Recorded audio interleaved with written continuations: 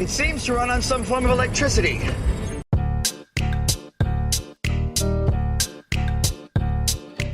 Egads, fangirls and fanboys, it's episode 32 of Electric Fancave on electricfeast.com. Corrigan Vaughn and Kristen Latterell here to take you on a magical mystery tour through the past week in pop culture. Our summer of scientific discoveries continues as this week we learn about a colossal dinosaur skeleton turning all our kindergarten dinosaur knowledge upside down. We're going to talk about the catastrophic results of our Netflix roulette game from last week. We tell you how you, too, can have Terry Crews in your automobile. And we find out some awesome Guardians of the Galaxy cast-related news. Plus, Miley Cyrus covers Zeppelin. And we find out what pit closure means. And dun-dun-dun-dun, the new Mockingjay trailer is out. So, let's get to it! Yes! Ooh, let's get it. Oh man, so much good stuff to discuss this week. So many things. I love this time of year, don't you? I do. Yes, I do. I wish it were actually like fall, like it's supposed to be, but it's 1,000,000 degrees, even in Santa Barbara. It is. It's hot up there too, and it must be really hot. Yeah, when I woke up this morning, what do you mean by hot? Well, okay, here's how I put it. I woke up at 8 a.m. It was already 75 degrees, which is never a good start. Right. I don't know where we are now in terms of temperature. My phone might tell me. We know that I don't do well over 60 degrees. Right. But it has been like in the 80s. So for Santa Barbara, that's... Yeah, it's definitely supposed to be 99 here tomorrow. Oh, that's just in not Newport. Okay. Thankfully, Mind you. Brienne and I spent the weekend inside watching season 9 of Supernatural. We binge watched. Oh yes, how did your binge watch season. go? Oh, so good. So very good. It's a great season. I have to lend the box set to you so you can watch it. I don't know I'm when like 3 behind though. I still have to watch 6. Oh, that's right. I forgot you aren't even to that point yet. Because I was on. Well, what would happen is I actually tried to catch up, but on Netflix. Okay, and this maybe someone else can clarify this for me. Okay. So, like, if I watch Netflix on my computer, I can choose a season on some shows, and it'll give you like all of. So, like for Criminal Minds, if I wanted to watch season 7, I could pull up season 7 and watch those. On my TV, it'll skip randomly. It'll be like 2 episodes of season 6, and then here's an episode of season 8, and it'll be like really random.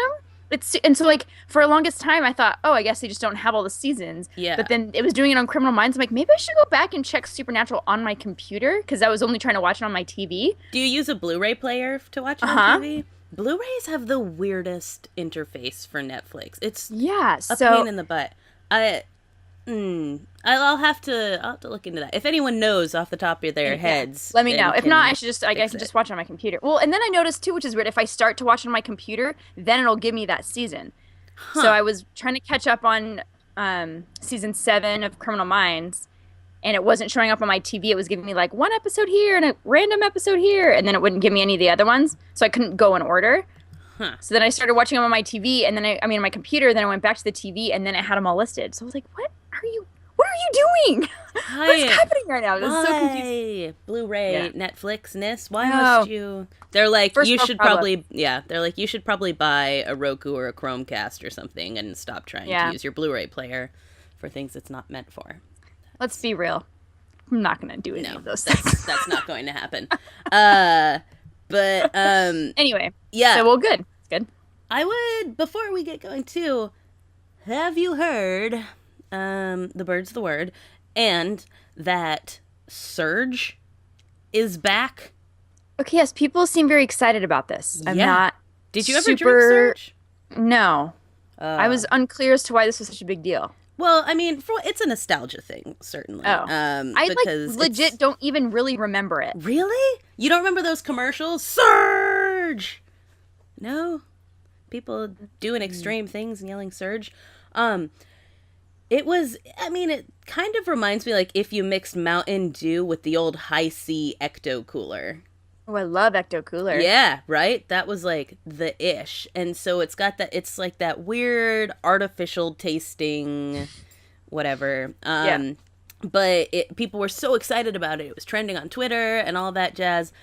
And it sold out immediately. By the time I signed on to try to get it at like 9:45 or something like that, it was all gone. You could not get Surge. I was bummed about this because I was like, oh man, Kristen and I clearly need to drink this on the show. This is right up there with Zima on the things that, like, if Zima were to come back, we'd have to drink it on the show. But two things came out of this. Our dear friends Emily and Jerry did, and you might, if there's some overlap in listening, you might recognize them as Intern Jerry from the Cameron Lewis show and the Magic Hour radio. They ordered this before it sold out and have promised a can to Kristen and a can to me. So we will be drinking this on the show. Okay. Plus, Andy Long sent us a list of different recipes for making it ourselves. So I think what's going to happen is that we're going to have to actually get together and we're going to drink the real thing and make a couple of these recipes and see how they compare. There you go. So look for that. We'll see whenever this surge comes in the mail for Emily and Jerry and we can get a hold of it and all that jazz. We will do this and we'll. All right. I know. I felt really out of the loop. I was trying to be more in the loop, but I was like, meh. I can't believe that you never did Surge. That's crazy. I wasn't even like allowed to drink soda as a kid, and I drank Surge. Yeah. No. All right. Well. Anyway, sorry to disappoint. Not the first time. Not the first time. Won't be the last. And another thing before we get started, if you guys recall from last week, we discussed Billy Elliot. I mean, we didn't discuss Billy Elliot. I would just guess the movie correctly, sort of after 4 guesses. The clue was something along the lines of boy learns to dance with no effect on pit closure, something like that. Kristen and I were very confused as to what pit closure meant. We were postulating about armpits and holes and all kinds of stuff. But we do have a listener who is always providing interesting facts on our YouTube. Like a few weeks ago, I don't know if you saw this, Kristen. We were talking about the ice bucket challenge, and Ben Baudet said something about watching Angela Lansbury get like ice poured on her, and this viewer managed to make like all these connections between Angela Lansbury and the ice bucket challenge, and then like the Kennedy family. And in this comment that I was just like, you know everything. What is happening? Yeah, and so I'm sorry, I'm probably going to butcher the way this YouTube name is supposed to be pronounced. There's not enough syllables for me to really make a good guess, but it's the His Nat. T-H-E. The His Nat? The His Nat. T-H-E-H-I-S-N-A-T. So I apologize for butchering that for you. But the His Nat has posted another. I feel like I assumed this is a guy, and I don't know if it's a guy or not. I don't know. Maybe I know this person. Maybe this is my best friend, and I don't even know. Wow, they're gonna be super sad in a second like, when they hear this, and they're like, "Oh, Corey doesn't even know me." Doesn't even know who I am. I looked. I was like, "What's the profile picture on this person?" and everything, and try to find clues. There's a lot of times, like people I know will like tweet things at me, and I don't realize I know them because their picture is like a random character from something. Yeah. Anyways, here's what the His Nat has to say. The pit closure in Billy Elliot refers to the coal mines where his dad and brother worked, closing down. And he adds, I always wondered why that film did so well outside Britain, as it references a lot of very British things, mines in northeastern England and Thatcher's Britain. But then again, the world loves an underdog story. So, that is what it refers adorable. to. So, well, yeah, there's obviously. It's adorbs. What are you gonna do? But, adorable. I mean, it was kind of a strange sensation, if you really think about it. That really, like everybody's seen Billy Elliot. Why did that take off amongst all British movies out there? I don't know. Why did Harry Potter take off? We'll never know. Just one of those things. Good point, laddie. That was such a good one, huh? Good point. I know. Not just a hat rack, guys. Oh, boy. Not just a hat rack. Yeah. So, thank you, the His Nat, for that little correction there, because I didn't even begin to have. No, I kind of think our armpit was pretty close. We're on the right track. Armpits, coal mines, they're the same thing. They're essentially the same. So there was that. So let's move on. I say we save our discussion of our disastrous Netflix roulette game for the end. What do you say? Yeah. Okay. Because we wouldn't want to spoil it for people who still want to watch it. True. So you can turn it off at the end if you don't want to hear. Not that we're really gonna spoil anything, but Rubicon conspiracy. Oh Okay. my gosh. Kristen. Yes. You're a psychic. I am? You're a psychic.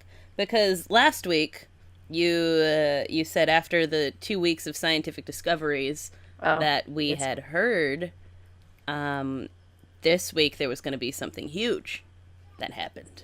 What happened this week, Kristen? Oh my gosh, you guys. Huge news.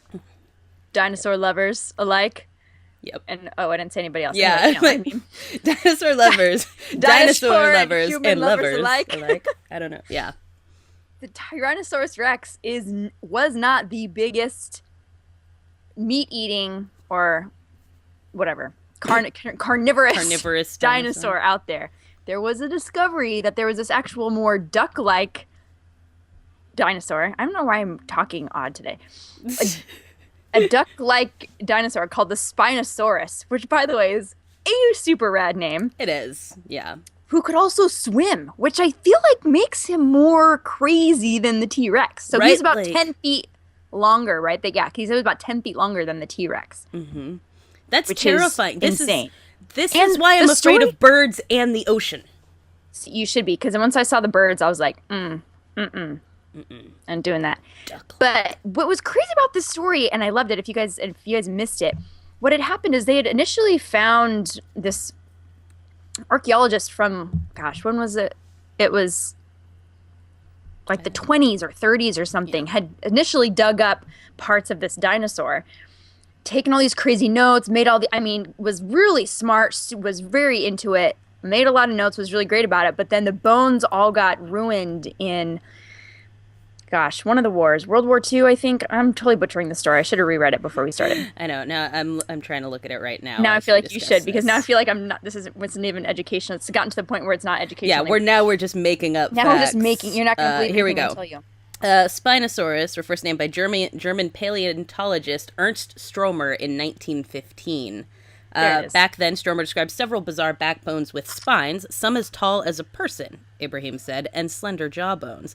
Based on that finding alone, Stromer was able to deduce that he was likely dealing with a fish-eating dinosaur that was larger than the 40-foot-long North American Tyrannosaurus rex.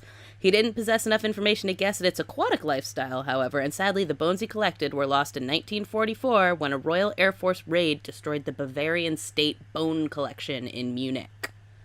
Okay, see? So I was mostly right. Yeah, you were on the right track. I was on the right track. So anyway, then they some random guy in North Africa, just an amateur kind of, which I wish I was cool enough to have this as my amateur hobby to dig up bones, and lived in a place where that was an accessible thing. I think you mean you wish you were rich enough to have an amateur hobby like this. I think that is true. But also an accessibility, because I feel like this guy was local. Yeah, he was around there. Yeah, he was like some guy that all that you had to go off of was this mustachioed man came to them with these bones of this Spinosaurus, but they couldn't figure out who he was. It was all this craziness, and then they were sitting in a cafe and they saw him walking, and the guy that had initially got him was like, "That's the guy!" And they ran after him, and he was like, "Oh yes, of course I'll show you to my amateur dig site where I find all these amazing things." I'm like, what? What? That's crazy. What's been great about these discoveries as well is how ridiculous they are. Yeah. So with Jack the Ripper, we have this kind of gross old scarf that's filled with DNA, right? Yeah. We have this 1 in a million chance in the racetrack playa, them catching it on film, what was happening. I mean, I don't know. Yeah, these are all so strangely random almost. Yeah, random and what's the word I'm looking for? Incidental almost, you know? It just so happened. Someone was in the right place at the right time and found these things. And it's amazing. Yeah, so cool. I can't get over it. So this Spinosaurus just seems to me like the scariest thing on the planet. I mean, it's apparently a fish-eating dinosaur. Okay, so maybe it's not super interested in me, but What if I was swimming? Yeah, how do they Would know? I think I was a fish? Yeah, like sharks thinking you're a seal or something, And which they may technically, or may we not weren't think. there at the time, so maybe if we were there, he would have eaten us. We Right? don't Like, really if know. there were people, it might like them more than fish. Yeah. I mean, yeah. But this I think we probably don't taste very good, but I don't know. I don't know. This is just, it's a terrifying dinosaur. I think this needs its own movie, obviously, at this point. I'm like so bummed that Jurassic World's like already done filming. I'm Yeah. like, cool. Oh, the things they could have done with this. Steven Spielberg's like, son of a. But someone pointed out, I can't remember who it was, but they were like, so, Jurassic Park 3 was right all along. And I said, never say those words again. Oh, yeah. But yeah, the that was Spinosaurus, you guys. Oh, Rob Smith. That's right. Oh, Rob. That was right. That was pretty funny. That was a whole funny exchange that you had on there. But yeah, Spinosaurus, check it out, you guys. Obviously, it's we'll pretty link cool. to that discovery on the blog, and you can check it out. Duck-like dinosaur. So now I'm fully afraid of ducks. That's cool. We kind of ducks are shifty. That's true. Ducks are shifty. Or also I feel like sometimes they get a bad rap because geese are such bastards. Yeah. Geese are the worst. That ducks sometimes kind of but ducks do crap everywhere, which is super annoying. But Yeah. geese, man, those little mofos, Yeah. they are just mean. I know. They're mean. They're out to get you. They're For out sport. for your soul. Like, yeah, just They are, for they're kicks. sociopaths. Totally. Yeah. They are Yeah. definitely sociopathic birds. I don't like birds. Birds are not my thing. And you get things like geese being jerks all the time. Here we have geese everywhere. They're all over the place. So I'm just terrified to walk around my neighborhood. And then we also have these giant heron, which are terrifying because they're like almost my height. Yeah. I don't like that. I don't think birds No. should be human sized. No, absolutely not. Well, my mom works in Pasadena, and it's right near Arcadia, which has this. They have lots of peacocks, and peacocks, and they're like protected, so you're not allowed to harass them, and they just get to cruise the streets and do whatever the heck they want. Oh boy. Which I think is ridiculous. Yeah. But it's like a city, okay? Yeah, and how did are peacocks from here? How did they get there? I don't know. I don't really know the backstory on that, Okay. other than the fact is you're not allowed to mess with them, and they get to do whatever the heck they want. But my mom, who comes from like the generation of, Hitchcock, so like watching the birds was very formative in her life, and still she like there's been times where she's like rolled into work and they're just like sitting by kind of like she has to walk past them to get into her building, and she's just like sits there, and it's one of those things where she's like, they're so scary, and they're like, they're loud. They make a really weird noise. Do make a and weird sound. They're crazy. Those fools they're crazy. Yeah. And a lot of zoos do that thing where they let peacocks roam around. Yeah. I don't understand that. I don't understand those should that not either. just be wandering. When we were kids, we went to this zoo in Jersey called Turtleback Zoo, I think is what it was called. I think it actually might have since then closed down, but Probably because someone got killed by a peacock. my brother totally got smacked by a peacock there.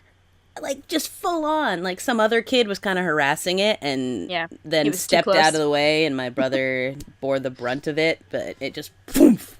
Yeah. Why would you just let those walk around? I don't know, man. Oh, man. That's the Paneava Zoo in Hawaii does that, and I'm just like, no, I don't like this. And I thought that was like That's just a right. straight Okay. Hawaii thing. I was like, oh, You in wouldn't Hawaii. let but... an anaconda cruise the. Uh, I mean, maybe that's a little bit of a leap in Yes, comparisons, but that's a good I would point. say the fear level of people who are scared of birds and scared of reptiles is similar. Yeah. Maybe Maybe. not. I know. don't know, but still, they're dangerous. Dangerous. And they're a menace to society. I agree. And they should not be roaming our zoos or streets. Do you remember that story that there were those crazy emus in Australia, and they tried to sick the army on them, and the army couldn't even get them because they're essentially super fast Yeah. and Super strong. crazy. And so and like they were like kind of bulletproof. Like they would get hit, but they would just kind of like run away. Oh, no. And so even the Australian army was like, okay, Couldn't take out emus. Yeah. This is my thing. I hate emus and ostriches are nightmarish to me because they look like dinosaurs and then they're impervious to military attacks and military. oh man, And they were like outsmarting. I mean, I'm telling you, this is where Steven Spielberg got the direct. I won't put it all on him, but the makers of Jurassic Park got it right because the emus were also just outsmarting the army. Right. So like whenever they would go, so then they would move, and they knew. Yeah. They learned. They're clever girls. Girl. Mm-hmm. Clever girls.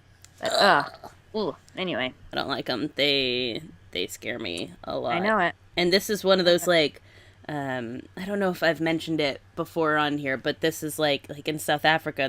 They're everywhere. And I remember we were going to this one place. And our driver, Shadley, goes up and there's just an ostrich standing outside of this place that I guess was kind of the place's pet ostrich. Okay. Which I don't trust for a minute. And he goes up and he just puts his arm around its neck and he's stroking it. And he's we're like, oh, that's terrifying. But he's like, oh, no big deal. And so we're like, okay, I guess maybe they're friendlier than I give them credit for. And then we're on the safari and they're like, don't step out. Those ostriches will kill you. We're like, oh, okay. That's cool. Ostriches will kill you.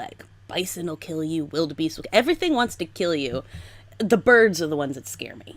Yeah. Especially human-sized birds or bigger than human-sized birds. Yeah. It's not okay. Nope. It's not okay. Unnatural. It's not okay, as Gene from Bob's Burgers would say, if birds were snakes. Yeah.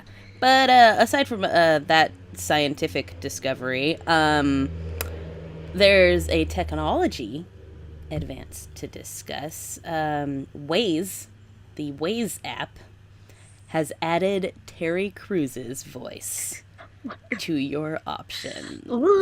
You guys, this is great news because Terry Crews is a scholar and a gentleman.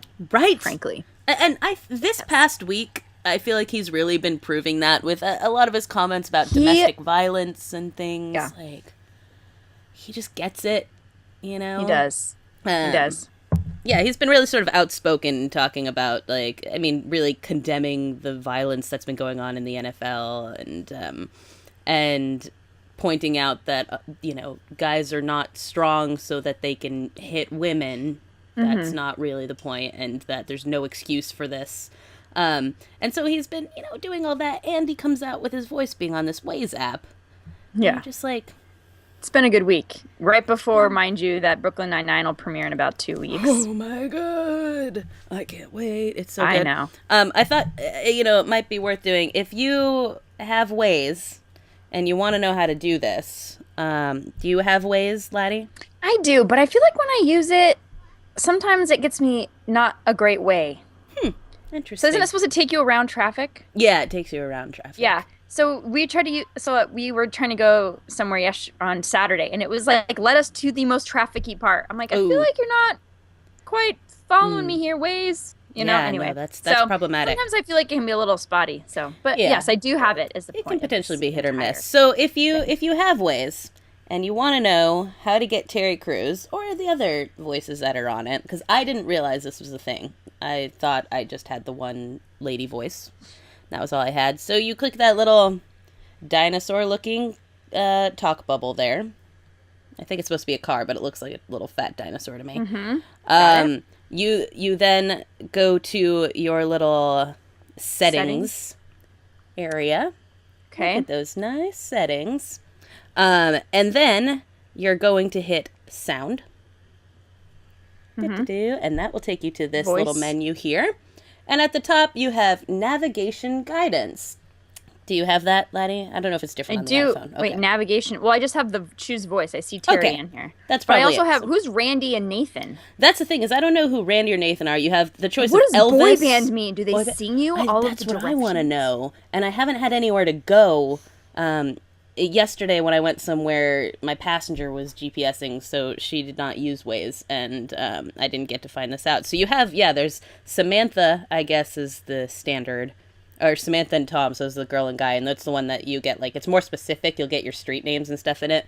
The other ones tell you just, turn left, turn right, things like that. So Terry does not know the names of the street in your town. He's just going to give you the basic directions. But you click on him, and bam, now you too can be rolling with Terry Crews, and I don't know why anyone wouldn't want that. I can't think of a reason. Yeah, actually, needs because of not team names, street names, but yeah. I did. Andy, again, the same person who we were talking about earlier. He tweeted me and he said that he put it on Terry Crews, but he switched it because it stressed him out. So he kind of yells at you as you try. Is he kind of like Sergeant Jeffries, who's a little like on edge about everything? Yeah, it's probably the case. I don't know. I haven't gotten a chance to go anywhere with it yet. So he's like, "Don't drive." What was that one where it's like? I was just watching the one where they have the kid that hacked into their computers. It's like, because it was easy. It was like taking candy from a baby. And he's like, why would you give candy to a baby? They can't brush their teeth. Like, so fierce. I was like, oh my God. Oh, man. So much. I love Scary Terry. He says what regular Terry is thinking.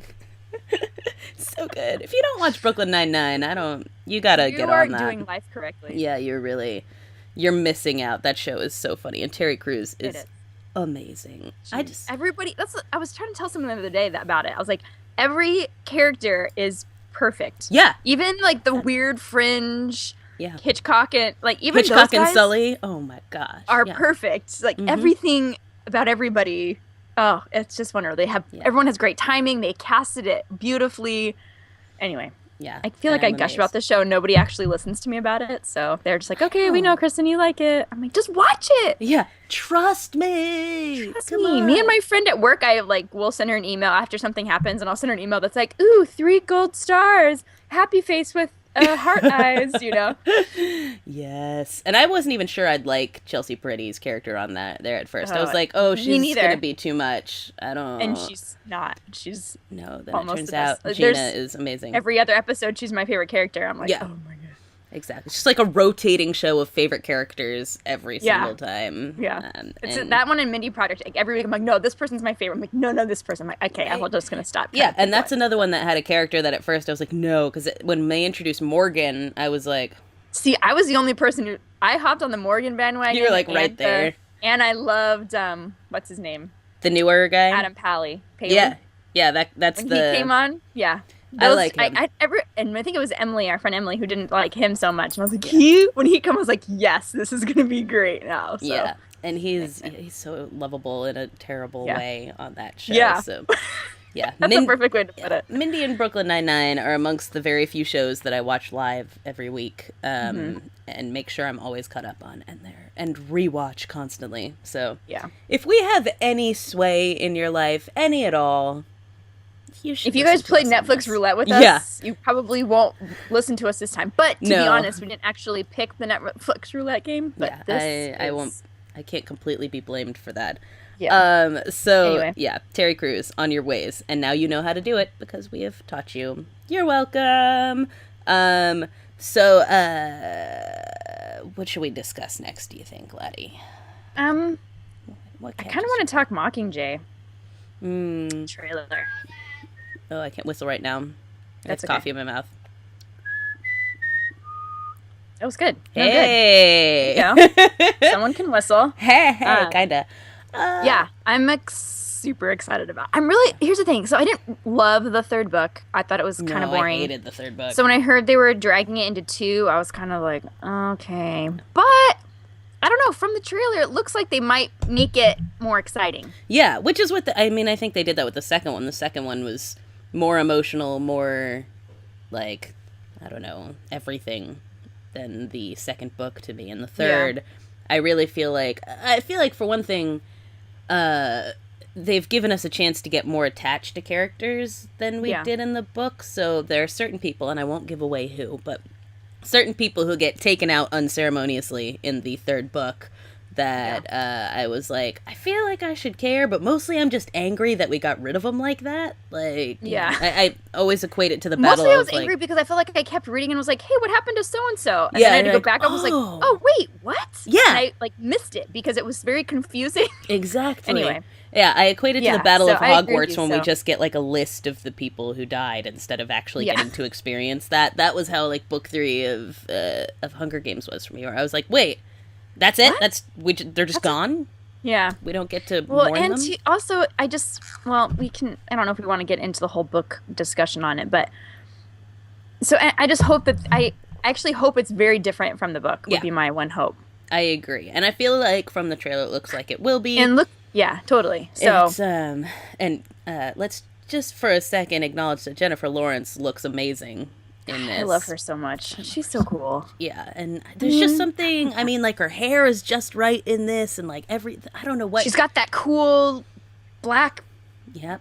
outfit on, and her arrows are, like, freaking awesome, and her Yeah. weapons are cool. Yeah. And she's, like, hanging out with Gale, which I feel like we haven't got to see a lot of Gale, so I'm Yeah. stoked for more Gale. This is, Not I mean, that I was never. I love PETA. Yeah, I was never I a love huge PETA. Gale fan, but we need to understand why there's, like, Why? a choice. Thank you. Yes, between me the too. two Because of I feel like up to now everyone's like, why would you choose Gale? She kind of like was his friend. You Yeah, know? it's like some guys she hung out with, but like kind of antagonized her a lot. Yeah. And, like, so, why so I hope would you this ever? gives us. I hope this gives Gale a chance at least for people to understand kind of what the. Yeah, why there would be a pull there. Yes. It's like it's in the second movie, even when they like kiss, I was like, why? I know, and I'm watching it and thinking like, I get it Yeah. because I read it, but I'm like, no one else is gonna get this. No, you know? turn it on, you're like, the only way you get that is just by virtue of the fact that you're like, okay, anytime there's one girl and two guys, there's a love triangle, so sure. Yeah, That's well, fine. I think what's hard about books like The Hunger Games is because it's written from her point of view. Mm-hmm. You miss out on all of the Yeah, what's going on internal in her dialogue head. that's going on when the movie comes out, and so you miss all the things she's been thinking about Gale for the past two books. You're like, we haven't gotten that in any of the movies. So, Right. I mean that to say that I am very excited. I think it looks rad. So Yeah. hopefully it'll be. Super rad. And it's hard not to like spoil, so I won't. Yeah. So later I'll tell you where I think it's gonna cut off because I'm like pretty sure. Ooh. I'm pretty good at it. I called it in Harry okay. Potter, and I Did called you? it in Twilight. So 2 for 2.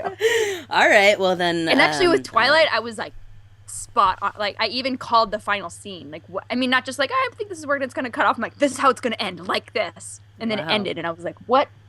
People, Okay, someone validate me. I'm a so- genius. So maybe what we'll do is after this is over, you can tell me where you think it's going to cut off, and then we'll put it on the YouTube as an extra for people who have read the books.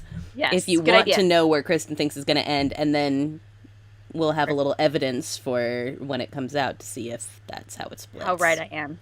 Yeah. You guys, I should essentially choose Super Bowl winners now. That's me. Is that the next logical step from that? Mm-hmm. It's like, I know where movies are going to split in half. I can Clearly, you should allow me definitely to choose predict your the Super future. Bowl winner. Well, and you also knew we were going to have a big science discovery this week. You guys, I'm winning at life right now. Going on? I'm going to write down that we need to talk about Okay. Mockingjay, just so that I don't forget at the end of this, and then we Yeah. end. Because people notice is a thing I've noticed. Even though we forget, people don't. Yeah. Never forget. Never retreat. Or whatever. Never surrender. Surrender? You butchered that. That happens most of the time. It's Yeah. okay. And now I can't even, like, remember what it's supposed to be. Never give up. Never surrender. That's what it is. I essentially said that eventually. Never forget. Never I said never give- forget, and then I said never give up, Okay. and then I said never surrender. All right. That's fair. You got Anyway, whatever. it. So anyway, so the Hunger Mockingjay Games. trailer, you can look for that on the blog if you haven't already seen it trending on Facebook, obviously, as it Can I should. say they've done a great job with their teasers? They have. Because when they did that super creepy President Snow one, I was like, and the second one was better when both Peta and Joanna like did that super creep-tastic yeah, that like turn look, you know? And I Yeah. was like, ooh. And then when they had that little teaser with oh my gosh, the one that when they interrupted Beatty. the feed. Yes. Oh, I got Beatty is the goosebumps. coolest. Oh my gosh. He's the I was- man. He's the man. I was super into that So, trailer. That's definitely my favorite teaser that they put out. Oh, for sure. I watched that one more than I should have. Like that time That I was one of sent those you ones the. I'm like, I'm kind of embarrassed how many times I've watched this, but not really. Not too embarrassed to not keep watching it. Like that time I sent you that GIF of Tom Hiddleston and his roaming hands. Pretty much everything you send me of Tom Hiddleston, I watch on the Like reg. over and over and over again. This was one of those GIFs. Obviously, I was Tumblring, as one does when they're wasting time. And someone posted these two GIFs of Tom Hiddleston, like, in an interview. And for some reason, like, I don't know. I mean, we all have our weird tics we do. His happens to be that he's, like, stroking his legs very intimately. But the thing is he's got those like long, slender hands. They're so pretty. He could be a hand model. He could be a hand model. If the acting thing doesn't pan out, Tom Hiddleston should be a hand model. That's one of my things about him. People are like, what's his deal? I'm like, well, first of all, he's just charming and British. Is adorable. And his voice is incredible. But, but he's got these hands. Yeah. That way when he talks, and I'm like mesmerized by it. I wish I could do a good justice of like what he does with his hands. But no. Anyway. That was a glorious GIF. But yeah, I think we both have a tendency to watch things over and over again. It's true. I do. Don't need to be rewatched technically, but yeah, it's okay. And then okay, here's just I think this relates when we're talking Hiddleston and Perfect Men. Chris Pratt is hosting the premiere of Saturday Night Live. I can't honestly think of what's going to be a more perfect person for this. I know. I wish Ariana Grande wasn't the musical guest, but I always skip through the music anyway because I feel like that's true. Yeah, most of the time I do. The sound on that stage makes the best singer sound terrible. Yeah, right. It's not great. So there's awful. That well. I mean, I feel like after all these years, they should have fixed that somehow. Like, how do we make this so it sounds good live? But they just it's kind of like they're what? How do we make it sound good live and on TV? But everyone else can do it. Yeah. Like, it sounds fine on other shows. Everyone else, when people there's a way to do it. Night. They're just too lazy. Now it's like their shtick to have crappy sounding artists. Anyway, this is a good I usually skip those because they're kind of boring anyway. Yeah. Although sometimes they get good ones. Like 2 seasons ago when they had Miguel on there. That's the guy who does Adorn, right? I've never heard of any of those things. You have. You know that song that's like, let my love adorn you? No? Okay, well, it's a good song. You should look it up. Okay. And Miguel? I think it's Miguel. Yes, Miguel. I thought okay, I was thinking like, I won't even tell you what I was thinking. How I was spelling that in my head is completely ridiculous. Awesome. Miguel. Like the guy that I work with, Miguel. Okay. All right, yeah, Miguel. Yep.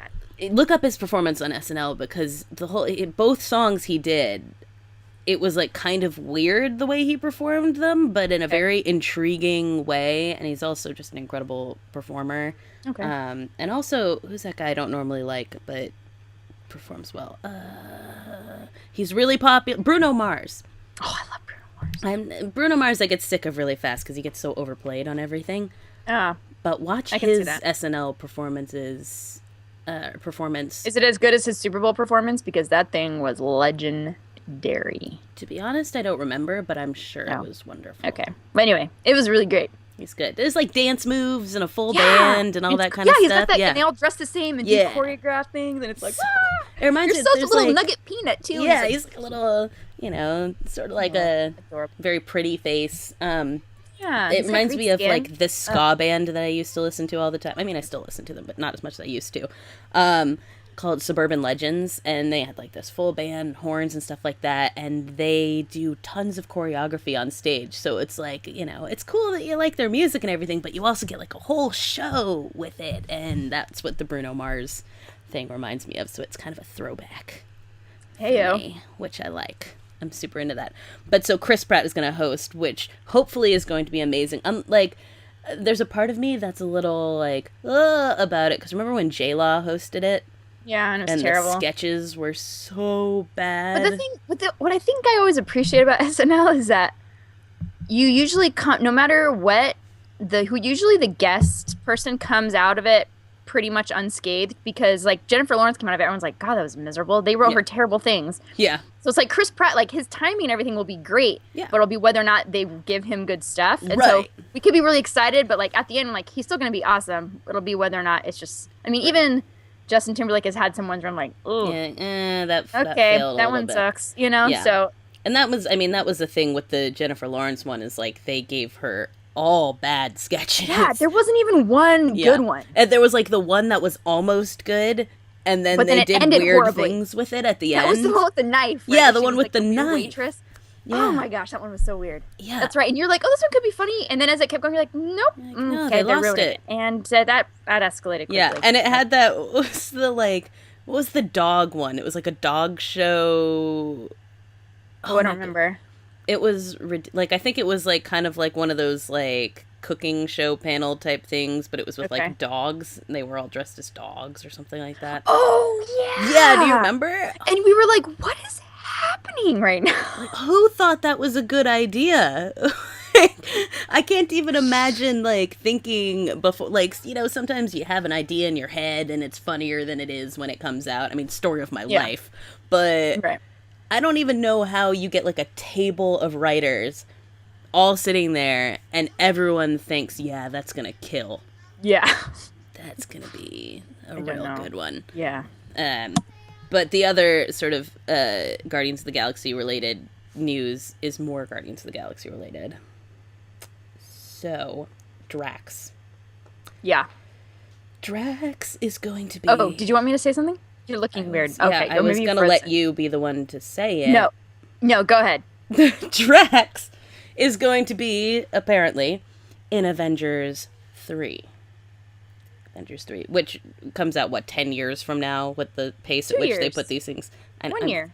I'm exaggerating. Oh, wait. Oh, we've only had one Avengers. We've only had one Avengers. So, he's supposed to be in the third one.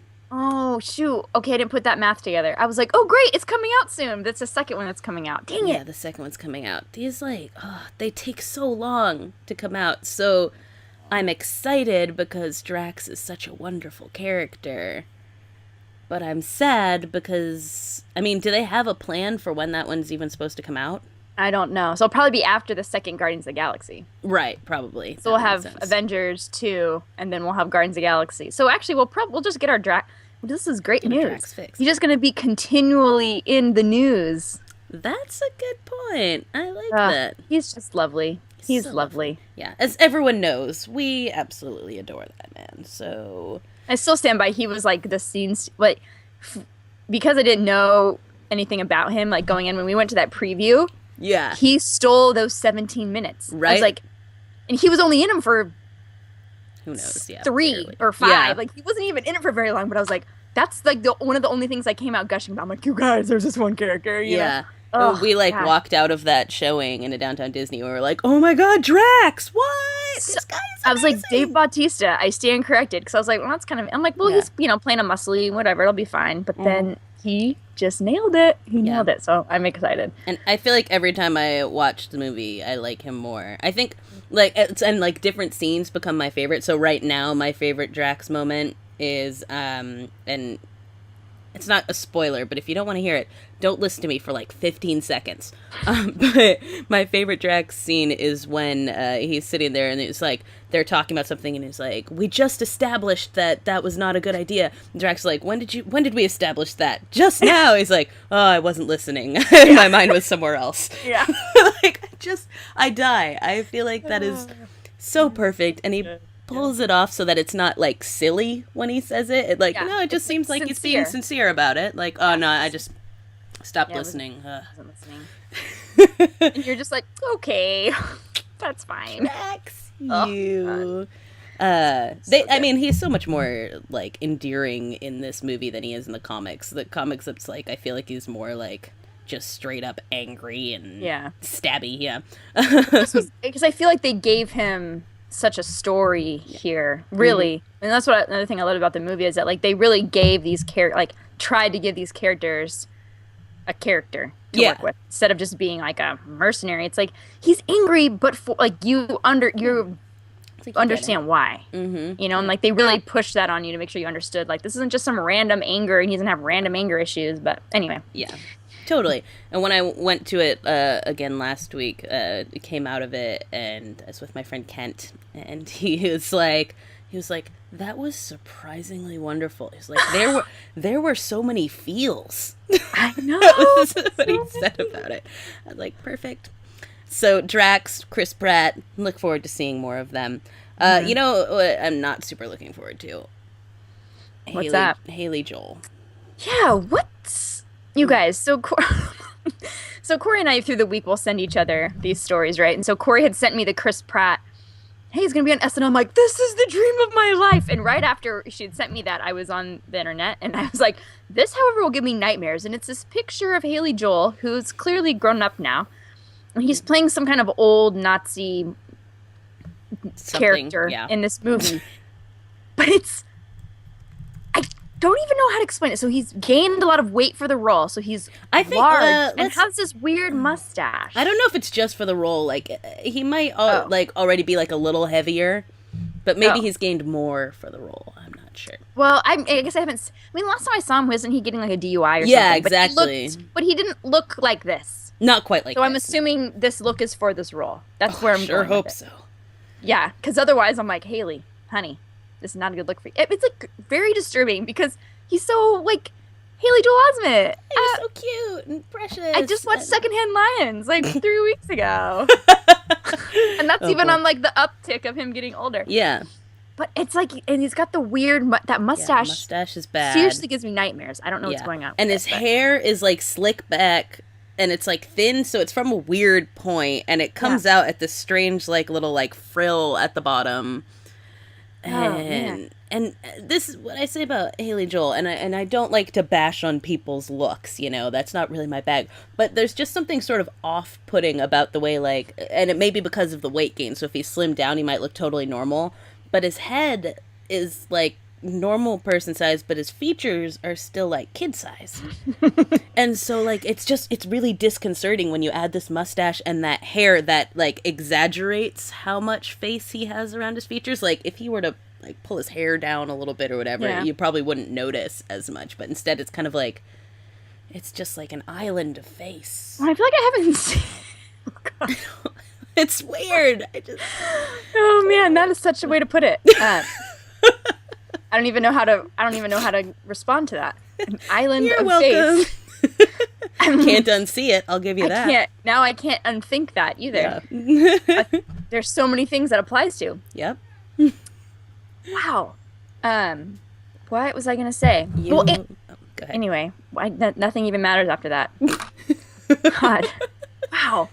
Yeah, Haley Joel. It's a little disturbing, and like it's weird for like someone who you haven't been seeing in stuff for a while, who always played these like nice characters and stuff, to come back into the public eye after having gotten a DUI as well, and to come back into the public eye as this creepy character Nazi person, which I'm sure is sort of, I mean, you want to play something that's against type when you're a child star. Totally. Coming back. So like, bravo for being courageous in that, but at the same time, I'm like, whoa.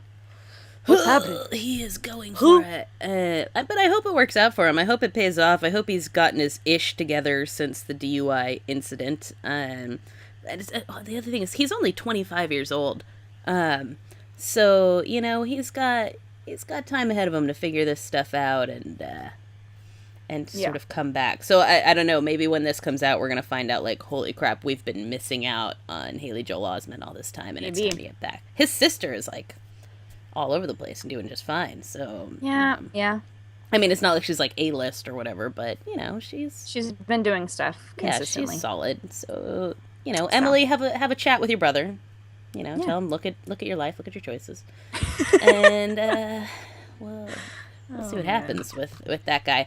And then one thing before we move on to talking about Netflix roulette. Did you hear Miley's Led Zeppelin cover? I did. I enjoyed it. It's crazy, stripped down. It was a little jarring to my senses. Yeah, well, especially when she suddenly starts like screaming after like singing really like mellow. Like she is, Well, and I mean, I'm not a big Led Zeppelin person, so I had to go look up the original one. I'm like, I don't think I know what this song is. Right. So I went back and listened to it, and they do the same thing where it gets quiet, and then they're like, you know, and it was fine, and I think some people are all up in arms because it's like their favorite Led Zeppelin song, and I'm like, I mean, it wasn't bad, but I guess I really don't have an opinion on it. Right, because it's not something you're attached to. I like Zeppelin. You know, I'm not like a super fan or anything like that, but I enjoy Zeppelin. I like that song, and I think she did justice to it in her way. I really enjoy her covers of things a lot of the time. I did like the one time where she did a duet with Dolly Parton. And oh my gosh, Jolene. That was probably my favorite Miley Cyrus cover. If I'm gonna pick. They really Which know I'm sure that. that's probably everybody, so I'm being super cliche, but Still, everybody who listens to Miley Cyrus cover things, I suppose, which is not necessarily a huge portion of the population. Yeah. But I think she does a good job, and I think she has a very interesting voice. So it's so unique, and she does different things with it, and she's, I don't know. I think she's pretty talented, so I actually enjoyed that Miley Cyrus cover. So we'll link to that on Electric Feast, so you can check it out. It's a cover of "Babe, I'm Gonna Leave You." By the way, I don't think I said what the name of it was. I don't think we said that either. It's just random cover, and it's just like it's on her SoundCloud, which also has a bunch of other like live and stripped down songs on it. So I was listening to some of those earlier today, and she does a good job. I am always Team Miley. I love her. There you go. I can't help it. I You know what? will always love her. Good for you. Thanks, Laddie. I'm glad you support me in that. So let's get on Netflix Roulette, or just as a side note before we start Netflix Roulette, so that if you're cutting out now because you don't want spoilers, God help you. Remember that Thursday is the Fancave Fiction Club. We're going to be talking about Neverending Story, right? That is Thursday. It's on Thursday? Right? Yeah, September 19th, right? Kristen That's not Thursday. Oh, what day is Thursday? Wait, is it? Friday?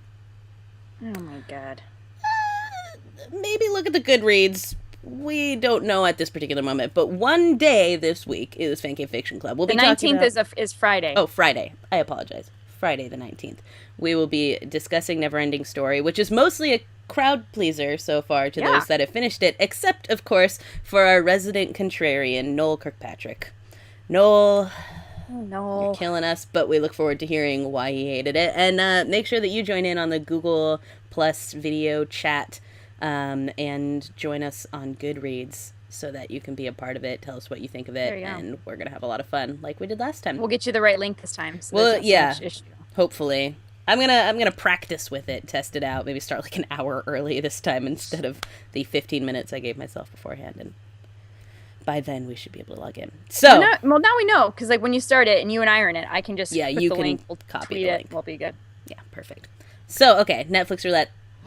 We did that go.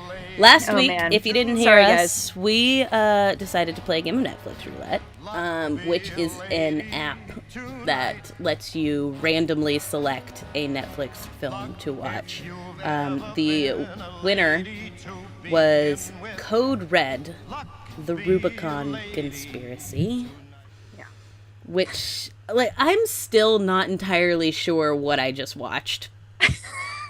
I was like, I'm sitting there and, like, I'm just, like, there's so many storylines in this. It's about, like, the Rubicon thing in and of itself is one storyline because they're trying to go and, like, shut down this thing that's going to destroy everybody. Yeah. But along it's the gonna way... make Chernobyl look like... Yeah, make it look like a... What was it? A rabbit fart. Rabbit fart. I don't... What is it? Which I think multiple... That was one of those ones where I was like, what's that? Yeah, because I know that when they said I said out loud, I was like, did he just say a rabbit fart?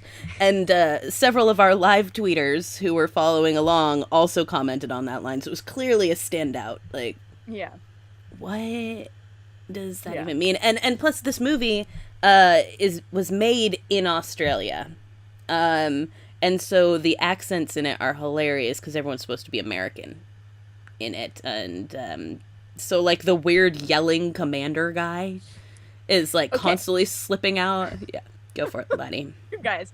So I live Word documented me watching this. Awesome. Oh boy. And I'm watching it thinking like, gosh, that bald guy looks familiar. So when I was a kid, my dad used to, on Saturdays after he was like done doing all the yard work, would watch the show Beastmaster. Oh, Beastmaster. Wow. Right? So this guy was like the bad guy in Beastmaster. But what really blew my mind is, I guess now that you say it was filmed in Australia, this should make more sense. He was not the only Beastmaster alumni this movie? In this movie. Wow. Yeah. Who else was in it? The girl in it. She was also in Beastmaster. The African girl? Mm-hmm. Really? Yes. I did not know that. That's crazy. I know. So anyway. So if you were a fan of Beastmaster, this might be your movie. Or if you, and it was so great about my dad. God, I love my dad so much. He's great. He'd be watching it, and like, it's one of those ones where you walk through the family room and he's watching something, and I'm like, what are you watching? And he's like, oh, Beastmaster. Okay.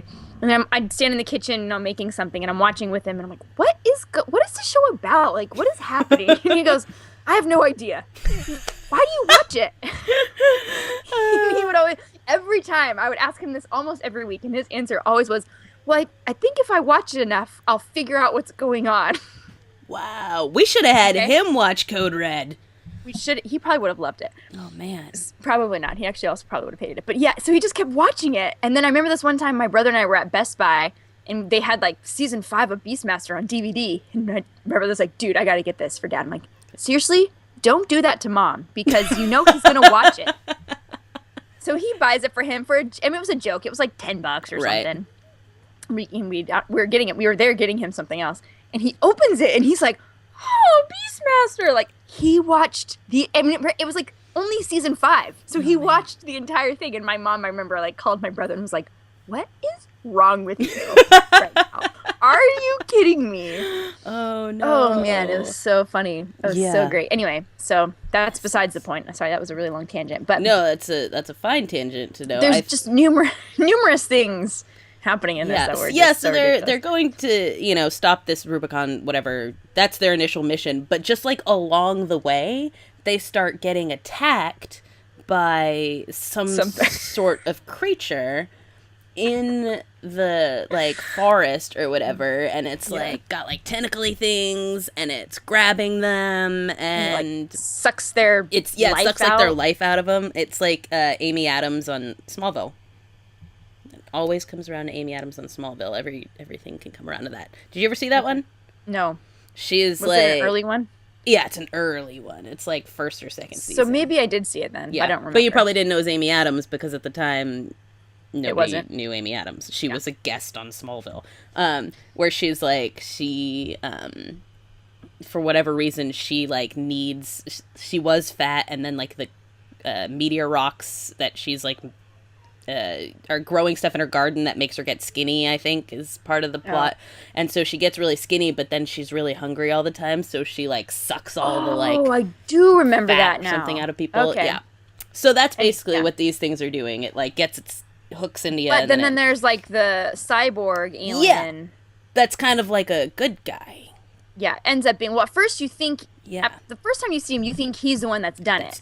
But then the next time you see, there's like these other creatures that are actually sucking the stuff out of people. Yeah. And then you find out, and then he ends up like kind of helping them, and anyway, it's just very bizarre. But I think my favorite part about this is like everybody who tweeted or sent us a comment was like, for like 3 minutes in, I'm not gonna make it. Yeah. 2 minutes in, I'm not gonna make it. And that's like, I got more messages from people that were like, I apologize, I tried, but I only made it about 5 minutes and I couldn't do it. Like, so we have a few people who managed to actually like do it, but I got more messages that were like, I can't watch this movie. Yeah. I don't have the patience for it. And so, yeah, we had a couple of live tweeters of it, which is great. Alex Blakey, you can read some of the comments on this, which I love that she started her live tweet with lights dimmed, candles lit, snuggled up with the husband, stage is set for a night of romance watching Code Red, the Rubicon Conspiracy. Like, perfect. I hope that there was alcohol involved in that too. Otherwise, and her husband Matt questioned how these get made. And so many words, so little sense. I like that one. Yeah, that's a good tweet. I was with Matt on that one because I think there was one part where I was like, I wonder what they were thinking, like as they were making this. Yeah, like. Well, I think like, why did any of them agree to be in this movie? Although it's like on my bucket list to be in a movie like this. Like someday I want to be in a Sci-Fi Channel movie. And I guess this was a Sci-Fi Channel movie because my mother, of course, has seen it. When I said on Facebook, I was like, hey, if you want, watch along with Rubicon. My mom was like, oh, that sci-fi movie? You're watching that? I'm like, of course you know what that is. Of course you've seen this. Yeah, so there was that. And then I love Alex's question, too, which if you watch this, you'll see there's this weird point where, too, like, their fail-safe thing on this thing they're trying to shut down is just full of stupid trivia. Like, these are, like, the password things they have to get through. And so Alex asks, what kind of sadist uses sports trivia and Beatles trivia as their security questions? Oh, my God. Yeah, that really is. That's a nightmare. People don't usually like both of those things. So no. That's rough. Yeah, it's pretty rough. Yeah, so that, and, this is the other thing that, well, I love this. Please let them all ride off into the sky, like at the end of Grease. Yeah. Which would have been great. But no, instead, the line that stands out that everyone commented on, too, was, I hate oysters. That was the closing... Big... What? Like, because it's like this weird flirtation that these two lead characters are having with each other. There's been nothing... No chemistry at all. Entire time. Yeah. And I'm trying to figure out, is that what they're saying? Like, nah, these two would never get together. Because it's like they're walking along and they don't have anything common. It's like, have you ever been to D.C.? No, I've never been there. Well, there's this place that... And the thing that I'm annoyed about, I'm like, of course she's been to D.C. She's clearly very high up in the military. Right? She's been there. There is no way this woman has not been to D.C. Yeah. And to make that weird leap in order for your final line of this to be like, oh, they make great oysters. I hate oysters. Well, part of me too was like, was that some kind of inside joke that we have to get the oyster line in there? So yeah, I don't know. And I was trying to think back through the movie. I was like, was there something in this that looked like an oyster, and that's why this is funny? Like, and I missed that. No, I don't think it had anything to do with anything. So yeah. And then Duncan also live tweeted this action. And he is one of those, he said, 2 minutes into Code Red, the Rubicon conspiracy, and this is already a mistake. So... No, mine was our sexiest, purely from having slept with Marilyn Monroe point of view, President saves the day. That is good. Yeah, JFK becomes an answer in this action. Oh, boy. I like, wise Pacific Islander is the most likable character so far, which means he will probably die sooner than I care for. Which is, like, literally exactly what I thought when I was like, oh, this guy, he's going down. There's no way. See, I was wrong. I thought the bomb guy was going to get it, and he, like, made it the whole way. Yeah. Oh, yeah, huh? That's a good point. What do you know? Yeah, that. So good job surprising us on that, I guess. Yeah. And, I like this. And the Spanish dude believes the monster is the devil. # stereotypes. Yep. Nailed that one. Yeah, this is, oh boy. And he points out the sewer monster moves at breakneck speed, which of course it does. Why not? And and this I actually thought no one else commented on this, but the part when the guy he had something. What did he have? One of the guys had something, and he's like, "Oh, you brought that with you?" And he's like, "I did it a lot of Girl Scouts. Always be prepared." Yeah, like, that's not the Girl Scout model. I was like, A, that's not the Girl Scout model. That's Boy Scouts. B, why were you dating Girl Scouts? Yeah, you're disgusting. Like, that definitely was the discussion in the room. Like, no, everything you just said was wrong on like 10 different levels. Yeah. That is not the good way to show your, like, machismo. Like, I did a lot of Girl Scouts. Hey. Like, so you're a child molester? Yeah, that's cool, I guess. Oh, man. Neat. Yeah, that was pretty bad. Oh, boy. I like Matt Vest's final tweet on this was, I hate oysters, and I hate this movie. Thanks. You're welcome, Matt. And I would like this movie if it was better. Is his comment, which someone, Thomas Corcoran, responded, that's like saying I'd like this burger if it didn't taste like wet dog. Yeah. But in Matt's defense on this, I totally get what he means, because it could be a better movie. And maybe that better movie is Predator, or Alien versus Predator, or something like that. So it makes sense. Like, it's almost a movie you could like, but everything about it is so wrong.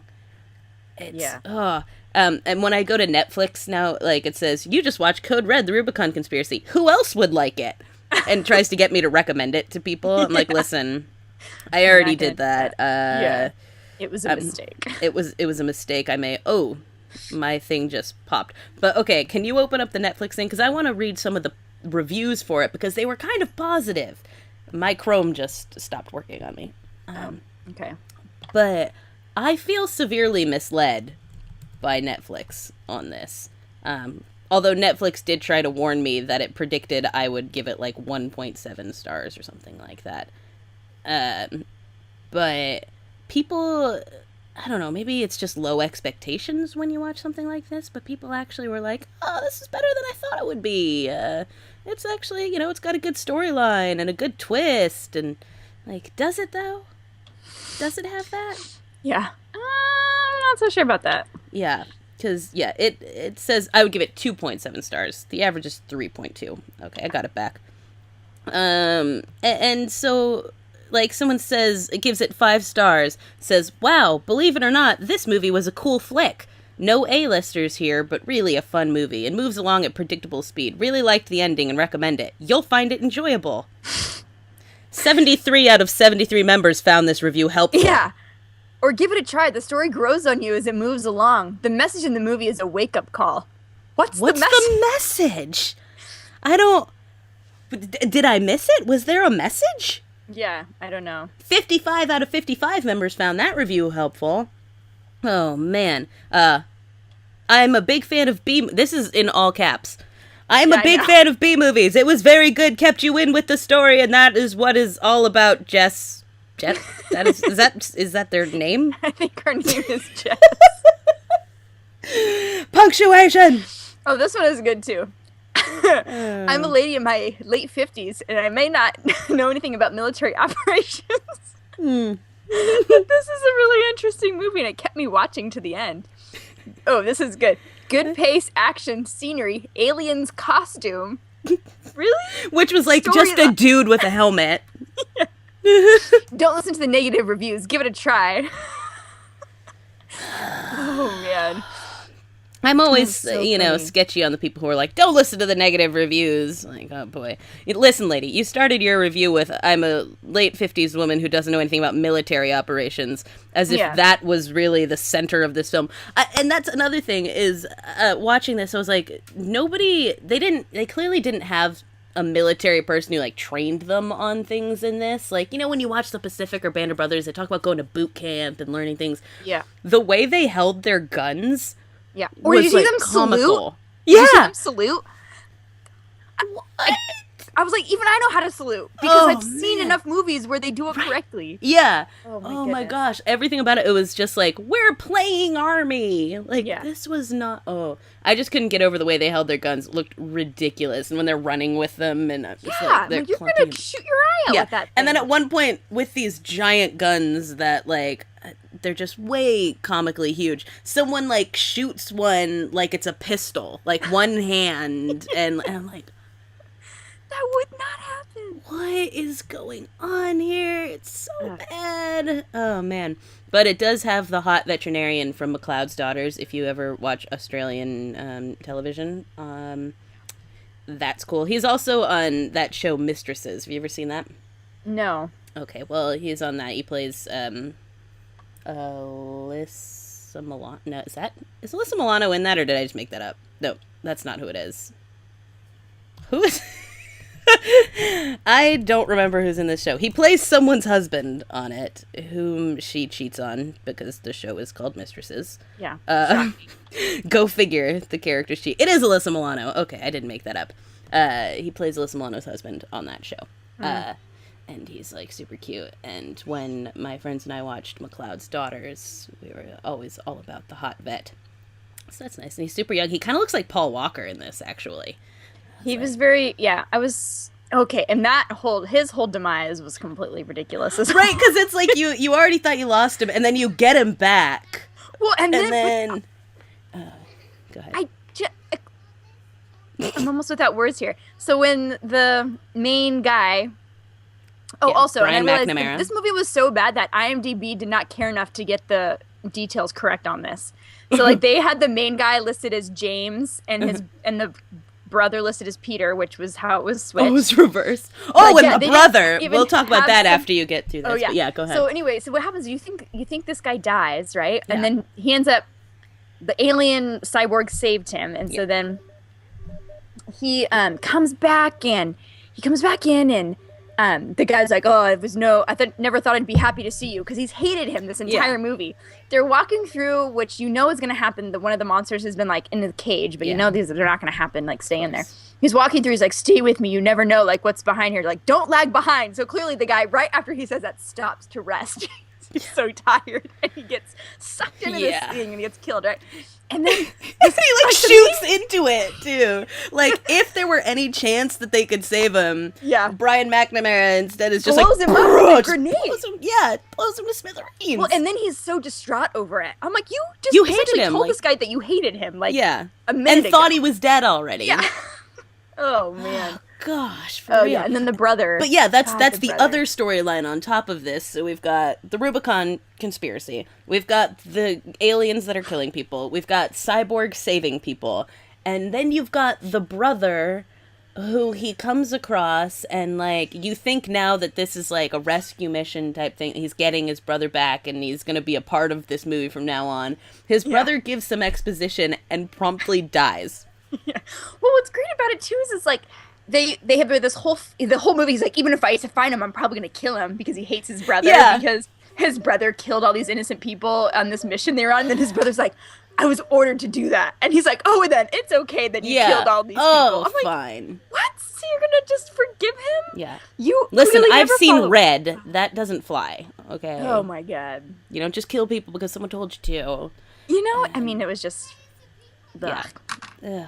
Mind-boggling. Yeah, and then when he dies and they're like so upset, and I actually kind of thought that the girl and the brother were sleeping together because she was like, James, like all upset, but then nothing happened. And then I was like, I thought for sure I had called that one. Like, was there more to this? Like, did they cut things out of this 90-minute script? Or it was too long. They realized no one was going to stay if they longer than and they were like, we have 27 storylines to this already. We really can't do a love story. We're going to save that for oysters at the end, you know. And that's it. Oh my gosh. This was bad. This was really bad. And I think I know a couple other people commented on it. I'm sorry, I don't have, and now my browser closed, so I lost some of the things I had open. So I apologize if you sent something to me and I lost it. I know Long, who is Backjack, BAKJAK, on Twitter. He was watching Code Red while drinking Mountain Dew Code Red. He was. Yeah. Of course he was. Yeah. And he calls the movie a must-see.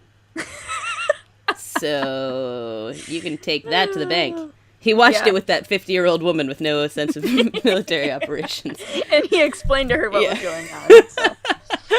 Exactly. No, that was a weird.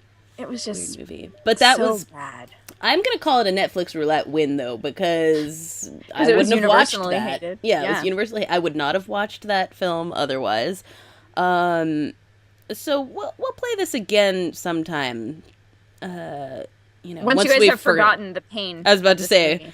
Once this one we've been forgotten about and this sounds fun again, we'll spring another one on you, and we look forward to hearing your commentary. Also, a few people said they still wanted to watch it in comments, so we may give you more comments from people next week or whenever they actually get a chance to watch this travesty. I feel like I should warn them, but I'm not going to. No. Well, hopefully they're watching. Well, actually, hopefully they're not watching, because I honestly hope that everybody goes, 5 minutes in, I'm not going to make it.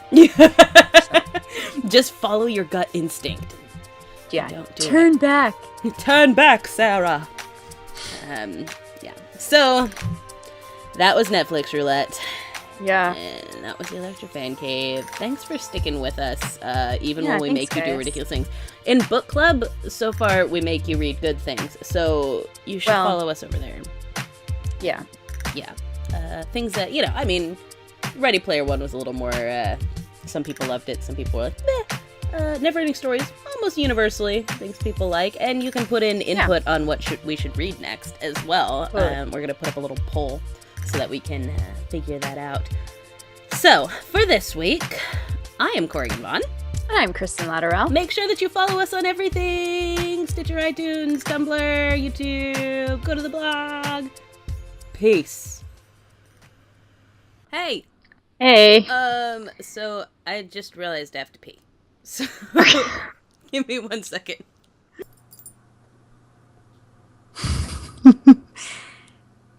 Hey, creeper. Gouch. Are the headphones plugged in? Can you not hear me? Probably not.